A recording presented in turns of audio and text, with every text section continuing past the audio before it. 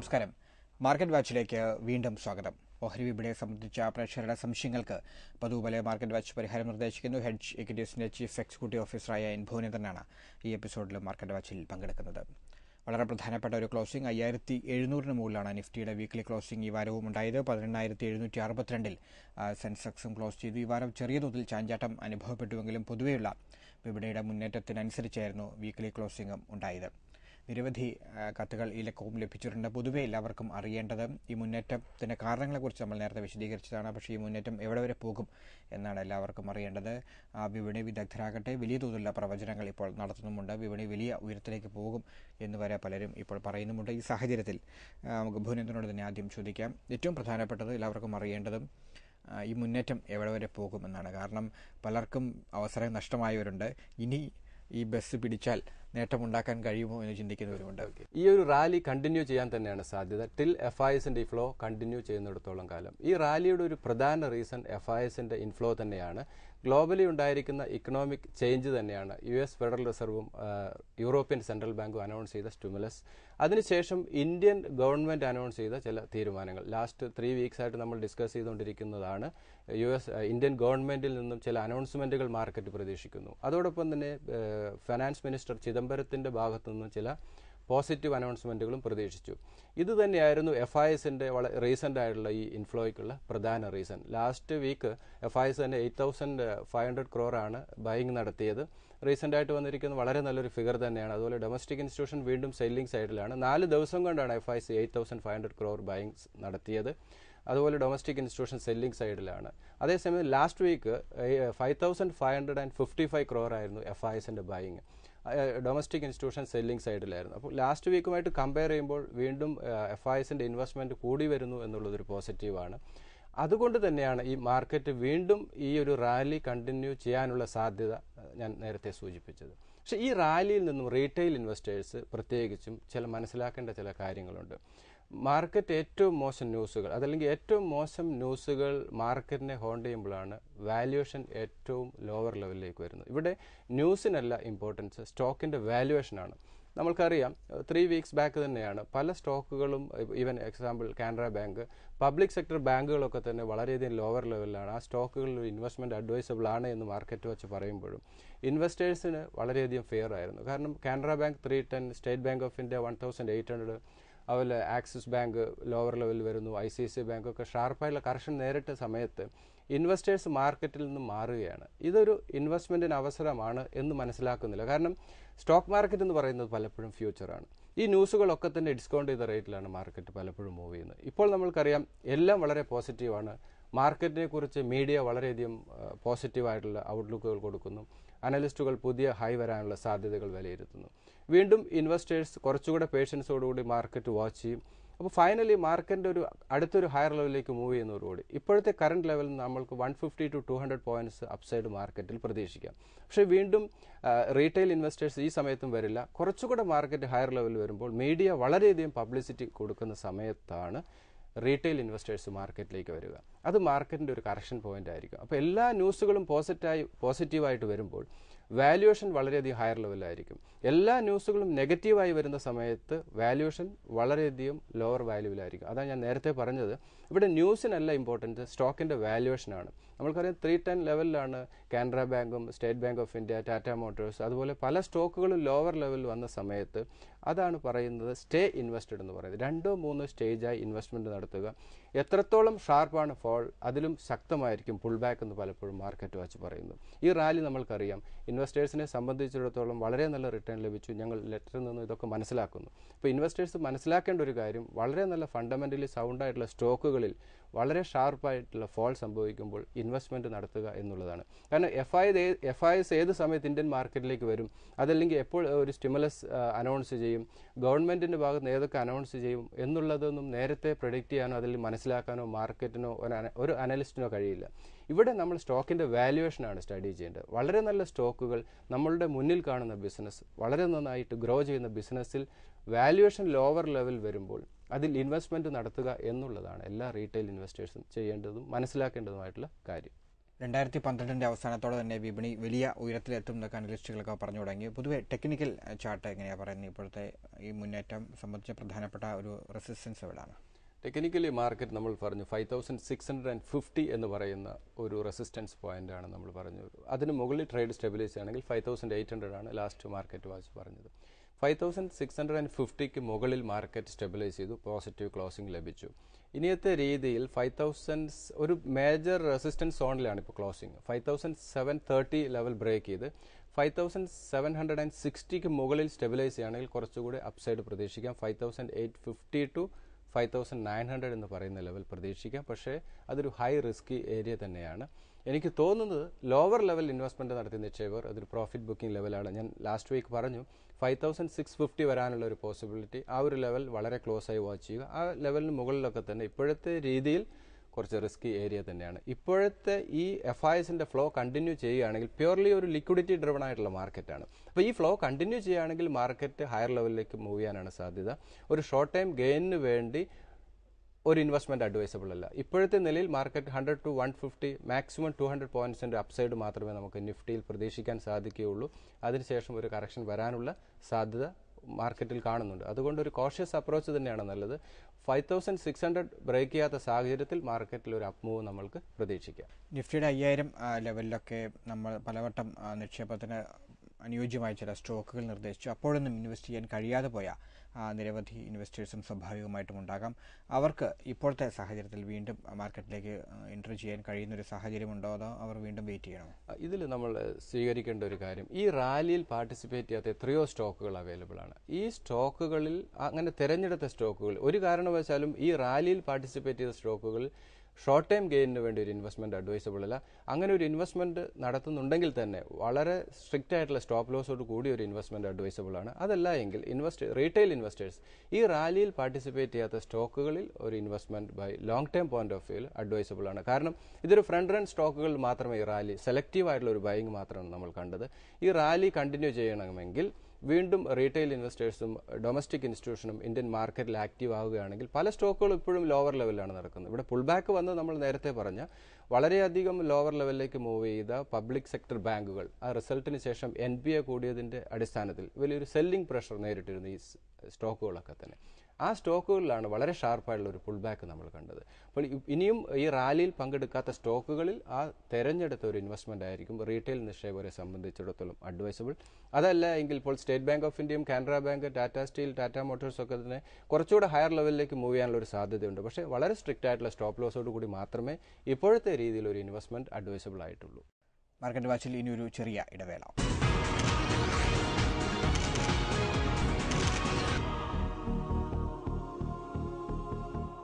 ഈ ആഴ്ച ലഭിച്ച കത്തുകളിലേക്ക് കിടക്കുകയാണ്. നിരവധി കത്തുകൾ ലഭിച്ചിട്ടുണ്ട്. ഏറ്റവും ആദ്യം ശ്രീ സുരേന്ദ്രൻ്റെ മെയിലാണ്. അദ്ദേഹത്തിന് അറിയേണ്ടത് ICICI, State Bank of India, Tata Motors, Hindustan Unilever, HCL Tech, Manappuram and Lanco Infra ഈ സ്റ്റോക്കുകൾ അദ്ദേഹത്തിന് കൈവശമുണ്ട്. ഇപ്പോൾ ഒരു പ്രോഫിറ്റ് ബുക്ക് ചെയ്യേണ്ടതുണ്ടോ അതോ ലോങ് ടൈമിനെ ഹോൾഡ് ചെയ്യേണ്ടതുണ്ടോ?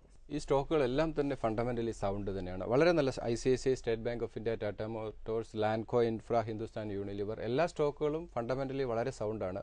പക്ഷേ ഈ സ്റ്റോക്കുകളൊക്കെ തന്നെ വളരെ ഷാർപ്പായുള്ള ഒരു പുൾ ബാക്ക് ലഭിച്ചു, ഒരു റിക്കവറി ഉണ്ടായി.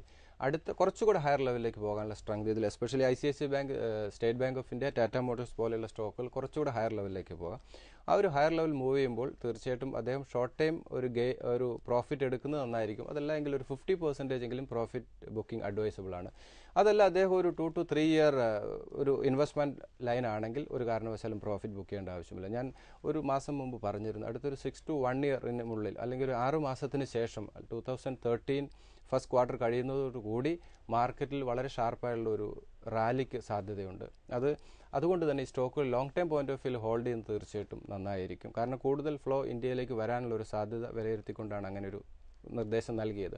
അപ്പോൾ ഇദ്ദേഹം ഒരു ലോങ് ടൈം ഇൻവെസ്റ്റർ ആണെങ്കിൽ ഈ സ്റ്റോക്ക് ഹോൾഡ് ചെയ്യാം. അതല്ല ഷോർട്ട് ടൈം ഒരു പ്രോഫിറ്റ് ബുക്കിംഗ് നടത്തണം എന്നുണ്ടെങ്കിൽ അടുത്തൊരു ഹയർ ലെവൽ മൂവ് ചെയ്യുമ്പോൾ അതിൽ പ്രത്യേകിച്ച് ICICI ബാങ്ക് 1130 ലെവൽ വരുമ്പോൾ തീർച്ചയായിട്ടും short time point of view ഒരു പ്രോഫിറ്റ് ബുക്കിംഗ് അഡ്വൈസബിൾ ആണ്. അതുപോലെ തന്നെ State Bank of India 2460 level ഒരു profit booking short time point of view advisable ആണ്. ദെൻ ടാറ്റ മോട്ടോഴ്സ് 290 ലെവൽ വളരെ ഷാർപ്പായിട്ടുള്ള ഒരു പുൾ ബാക്ക് ലഭിച്ചു. ടാറ്റ മോട്ടോഴ്സിൽ 290 level short time point of view ഒരു എക്സിറ്റ് അഡ്വൈസബിൾ ആണ്. ദെൻ ഹിന്ദുസ്ഥാൻ യൂണിലിവർ 570 ലെവൽ അതുപോലെ തന്നെ HCL ടെക് 596. HCL ടെക്കിൽ 596 ലെവൽ വളരെ ക്ലോസ് ആയി വാച്ച് ചെയ്യുക. ആ ലെവൽ ബ്രേക്ക് ചെയ്ത് സ്റ്റെബിലൈസ് ആയാൽ കുറച്ചുകൂടെ ഹയർ ലെവലിലേക്ക് പോകാനുള്ള സാധ്യതയുണ്ട്. അതുപോലെ തന്നെ മണപ്പുറം ഫിനാൻസ് ആണ്.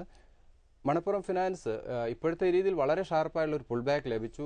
ഞാൻ കഴിഞ്ഞ എപ്പിസോഡിൽ പറഞ്ഞു, ഇപ്പോഴത്തെ രീതിയിൽ ഒരു 55 ലെവൽ വരെ പോകാനുള്ള സാധ്യതയുണ്ട്. ഷോർട്ട് ടൈം പോയിന്റ് ഓഫ് വ്യൂവിൽ 47 ആണ് ഒരു മേജർ റെസിസ്റ്റൻസ് ആയിട്ട് ഹോൾഡ് ചെയ്യുന്നത്. അദ്ദേഹത്തിന് വേണമെങ്കിൽ ആ ഒരു ലെവൽ പ്രോഫിറ്റ് ബുക്കിംഗ് അഡ്വൈസബിൾ ആണ്. ദെൻ ലാൻഡ്കോ ഇൻഫ്രയാണ്. ലാൻഡ്കോ ഇൻഫ്ര 1950 ലെവൽ വരുമ്പോൾ തീർച്ചയായിട്ടും ഒരു പ്രോഫിറ്റ് ബുക്കിംഗ് അല്ലെങ്കിൽ ഒരു സെല്ലിംഗ് അഡ്വൈസബിൾ ആണ്. അതിനുശേഷം ഒരു കറക്ഷൻ വരാനുള്ള ഒരു സാധ്യതയുണ്ട്. അതിനുശേഷം ഒരു ഇൻവെസ്റ്റ്മെൻറ്റ് പരിഗണിക്കുക. ഈ സ്റ്റോക്കുകളൊക്കെ തന്നെ വളരെ ഷാർപ്പായിട്ടുള്ള ഒരു ഇമ്മീഡിയറ്റ് ഒരു റാലിക്കുള്ള സാധ്യതയുണ്ട്. കാരണം ഫ്രണ്ട് റൺ സ്റ്റോക്കുകളാണ്. ഈ ഒരു റാലിയിൽ എല്ലാ സ്റ്റോക്കുകളും പാർട്ടിസിപ്പേറ്റ് ചെയ്തതാണ്. അപ്പോൾ അടുത്തൊരു ഹയർ ലെവലിലേക്ക് മൂവ് ചെയ്യുന്നതോടുകൂടി ഒരു profit booking short time point of view സ്റ്റോക്കുകളിൽ അഡ്വൈസബിൾ ആണ്. അടുത്ത കത്തിലേക്ക് പോകുന്നു. ശ്രീ പ്രവീൺ മേനോന്റെ കത്താണ്. അദ്ദേഹം ഒരു 3 മുതൽ 5 വർഷം നീണ്ടു നിൽക്കുന്ന ഇൻവെസ്റ്റ്മെൻറ്റാണ് ആഗ്രഹിക്കുന്നത്. ചെറിയ സ്റ്റോക്കുകളാണ് അദ്ദേഹത്തിന് വേണ്ടത്. 100 രൂപയ്ക്കും 50 രൂപയിലും താഴെ ഉള്ള മികച്ച സ്റ്റോക്കുകൾ നിർദ്ദേശിക്കാവോ എന്നാണ് പ്രവീൺ ചോദിക്കുന്നത്. എനിക്ക് തോന്നുന്നത് ലാസ്റ്റ് 1 മന്തായിട്ട് കണ്ടിന്യൂസ് മാർക്കറ്റ് വാച്ച് 50-100 ലെവലിലെ സ്റ്റോക്കുകൾ റെക്കമെൻഡേഷൻസ് കൊടുക്കുന്നു. ആ സ്റ്റോക്കുകളിലൊക്കെ തന്നെ വളരെ നല്ല റിട്ടേൺ ലഭിച്ചു. ഇദ്ദേഹത്തിൻ്റെ ക്വസ്റ്റ്യൻ ബിലോ 50 കുറച്ച് സ്റ്റോക്കുകളെ കുറിച്ചാണ്. അതിൽ ആദ്യമായിട്ട് L&T ഫിനാൻസ് ആണ്. 46 and 42. കാരണം 42 ലാസ്റ്റ് മന്ത് റെക്കമെൻഡ് ചെയ്തതിന് ശേഷം കുറച്ചൊരു ഹയർ ലെവലിലേക്ക് മൂവ് ചെയ്തു. അടുത്തൊരു സപ്പോർട്ട് ലെവൽ 46 ആണ്. ഒരു മൈനർ സപ്പോർട്ട് ലെവലാണ്. ആ ഒരു ലെവൽ ബ്രേക്ക് ചെയ്താൽ വീണ്ടും ലോവർ ലെവലിലേക്ക് പോകാം. ഒരു സേഫർ എൻട്രി ലെവൽ എന്ന് പറയുന്നത് 42 ലെവലാണ്. സേഫ് ആയിട്ടുള്ള ഒരു എൻട്രി ലെവൽ തന്നെയാണ് ലോങ് ടൈം പോയിന്റ് ഓഫ് വ്യൂവിൽ. ദെൻ സൗത്ത് ഇന്ത്യൻ ബാങ്ക് ആണ്. 21 and 19 രണ്ട് സപ്പോർട്ട് ലെവലാണ്. ദെൻ NHPC ആണ്. 18 and 15. 18 ലെവൽ വളരെ ക്ലോസ് ആയിട്ട് വാച്ച് ചെയ്യണം. 18 ലെവൽ ബ്രേക്ക് ചെയ്യുകയാണെങ്കിൽ 15 ലെവലിലേക്ക് മൂവ് ചെയ്യാം. പക്ഷെ എന്തിനും തന്നെയാണെങ്കിലും 2 സ്റ്റേജ് ആയിട്ടുള്ള ഒരു ഇൻവെസ്റ്റ്മെൻ്റ് ആണ് പരിഗണിക്കുന്നതെങ്കിൽ ഈ സ്റ്റോക്കുകളൊക്കെ തന്നെ 18 and 15 രണ്ട് ലെവൽ ഇൻവെസ്റ്റ്മെൻറ്റ് അഡ്വൈസബിൾ ആണ്. അതുപോലെ L&T finance 46 and 42, south Indian bank 21, 19. അങ്ങനെ ഒരു ആവറേജ് പ്രൈസ് ഇപ്പോൾ സൗത്ത് ഇന്ത്യൻ ബാങ്ക് ആണെങ്കിൽ 19-21 ലെവൽ ഒരു ആവറേജ് പ്രൈസ് വരുന്നത് 20 ലെവലിലേക്ക് വരും. അപ്പോൾ 2 സ്റ്റേജ് ആയിട്ടുള്ള ഇൻവെസ്റ്റ്മെൻറ്റ് അഡ്വൈസബിൾ ആയിരിക്കും. ഇതിൽ അശോക് ലൈലാൻഡ് 22 ലെവലാണ്. അപ്പോൾ 22 ലെവൽ ടെക്നിക്കലി വളരെ ക്ലോസ് ആയിട്ട് വാച്ച് ചെയ്യണം. ഒരു റീറ്റെയിൽ ഇൻവെസ്റ്ററെ സംബന്ധിച്ച് 22 ബ്രേക്ക് ചെയ്യുന്നുണ്ടോ എന്ന് നോക്കാൻ വിഷമമാണ്. അതുകൊണ്ടാണ് 2 സ്റ്റേജ് ആയിട്ട് 22 and 19 രണ്ട് ലെവലുകൾ ഇൻവെസ്റ്റ്മെൻറ്റ് നടത്തുക. 2 സ്റ്റേജ് ആയിട്ട് ആവറേജ് പ്രൈസ് 2150 ലെവലിലേക്ക് വരാം. അങ്ങനെയുള്ളൊരു ഇൻവെസ്റ്റ്മെൻ്റ് ആണ് റീറ്റെയിൽ നിക്ഷേപകരെ സംബന്ധിച്ചിടത്തോളം നല്ലത്. അതല്ല മാർക്കറ്റിൽ വളരെ ആക്റ്റീവ് പാർട്ടിസിപ്പേഷൻ ഉള്ള ആളാണെങ്കിൽ ഈ പറഞ്ഞ പോലെ 22 ലെവൽ വരുമ്പോൾ ക്ലോസ് ആയിട്ട് ഈ സ്റ്റോക്കിൻ്റെ മൂവ്മെൻറ്റ് വാച്ച് ചെയ്യുക. 22 ബ്രേക്ക് ചെയ്ത് ലോവർ ലെവലിലേക്ക് മൂവ് ചെയ്യുകയാണെങ്കിൽ ആ ഒരു ബൈ ഇനീഷ്യേറ്റ് ചെയ്യാതെ 92nd സപ്പോർട്ട് ലെവലിൽ വന്ന് ഇൻവെസ്റ്റ്മെൻറ്റ് നടത്തുകയാണ് നല്ലത്. ദെൻ JK പേപ്പറാണ്. 34 and 30 രണ്ട് ലോങ് ടൈം പോയിന്റ് ഓഫ് വ്യൂവിൽ വളരെ നല്ല ഒരു ഫണ്ടമെൻ്റലി സൗണ്ടാണ്. 34 and 30 രണ്ട് ലെവലുകൾ നിക്ഷേപത്തിന് പരിഗണിക്കുക. ഇതിൽ L&T finance, South Indian Bank, NHPC, അതുപോലെ തന്നെ Ashok Leyland, JK paper 50 below fundamentally സൗണ്ടായിട്ടുള്ള സ്റ്റോക്കുകളാണ്. ഈ ഒരു ലെവൽ വരുമ്പോൾ ഇൻവെസ്റ്റ്മെൻറ്റിന് പരിഗണിക്കാം. ദെൻ അദ്ദേഹത്തിൻ്റെ ക്വസ്റ്റ്യൻ 100 ബിലോ ഉള്ള കുറച്ച് സ്റ്റോക്കുകളാണ്. ഇതിലാദ്യമായിട്ട് സെയിലാണ്. ഈ റാലിയിൽ പാർട്ടിസിപ്പേറ്റ് ചെയ്തിട്ടില്ല. ശരിക്കും ചെറിയൊരു മൂവ്മെൻറ്റ് മാത്രമേ ഉണ്ടായിട്ടുള്ളൂ. 82 and 76 രണ്ട് ലെവലായിട്ട് ഈ ഇൻവെസ്റ്റ്മെൻറ്റ് പരിഗണിക്കാം. ദെൻ യൂക്കോ ബാങ്ക് ആണ്. 70 and 64 രണ്ട് സപ്പോർട്ട് ലെവലാണ്. Then JP associates last month recommend ചെയ്താണ്. അതിനുശേഷം ഒരു ഷാർപ്പ് റാലി ഉണ്ടായി. 77 and 74 ആണ് അടുത്ത 2 സപ്പോർട്ട് ലെവൽ. ആ ഒരു ലെവൽ തീർച്ചയായിട്ടും ലോങ് ടൈം പോയിന്റ് ഓഫ് വ്യൂവിൽ ഇൻവെസ്റ്റ്മെൻറ്റ് അഡ്വൈസബിൾ ആണ്. ദെൻ ഇന്ത്യൻ ഓവർസീസ് ബാങ്ക് ആണ്. 75 and 69. ഈ ഒരു കറക്ഷൻ വരികയാണെങ്കിൽ മാത്രം ഇൻവെസ്റ്റ്മെൻറ്റ് നടത്തുക എന്നുള്ള സ്ട്രാറ്റജി ആയിരിക്കും നല്ലത്. ദെൻ LG എക്വിപ്മെൻ്റ് ആണ്. 80 and 76. കാരണം ഈ ഒരു മാർക്കറ്റിന് പുറകെ മൂവ് ചെയ്യാതെ അഭിലാഷ് നേരത്തെ പറഞ്ഞതുപോലെ ഈ ഒരു ബസ് മിസ്സായോ എന്നൊരു ഫീൽ വേണ്ട. പേഷ്യൻസോടുകൂടി അവസരത്തിന് വേണ്ടി വെയിറ്റ് ചെയ്യുക. വീണ്ടും മാർക്കറ്റിൽ കറക്ഷൻ സംഭവിക്കും. ഇപ്പോൾ ഒരവസരം നഷ്ടപ്പെട്ടാലും വീണ്ടും അവസരം നമ്മുടെ മുന്നിലേക്ക് വരും. കാരണം ബാങ്കിൽ നല്ല ഇൻട്രസ്റ്റ് റേറ്റ് ഉണ്ട്. ബാങ്കിൽ ഒരു ലോങ് ടൈം പോയിന്റ് ഓഫ് വ്യൂവിൽ ഡെപ്പോസിറ്റ് ചെയ്യുക. മാർക്കറ്റിൽ ഓപ്പർച്യൂണിറ്റി നമ്മുടെ മുന്നിലേക്ക് വരികയാണെങ്കിൽ മാത്രം അത് ക്യാപിറ്റലൈസ് ചെയ്യുക എന്നുള്ള സ്ട്രാറ്റജി ആയിരിക്കും നല്ലത്. ഈ ഒരു കറക്ഷൻ സംഭവിക്കുകയാണെങ്കിൽ മാത്രം ഇൻവെസ്റ്റ്മെൻറ്റ് നടത്തുക ഈ സ്റ്റോക്കുകളിൽ. മാർക്കറ്റിന് പുറകെ മൂവ് ചെയ്യുന്നത് തീർച്ചയായിട്ടും അപകടമായിരിക്കും. അതല്ല എങ്കിൽ വളരെ സ്ട്രിക്റ്റ് ആയിട്ടുള്ള സ്റ്റോപ്പ് ലോസോട് കൂടി ഒരു ഇൻവെസ്റ്റ്മെൻറ്റ് ആയിരിക്കും അഡ്വൈസബിൾ. മാർക്കറ്റ് വാച്ചിൽ ഒരു ഇടവേള കൂടി.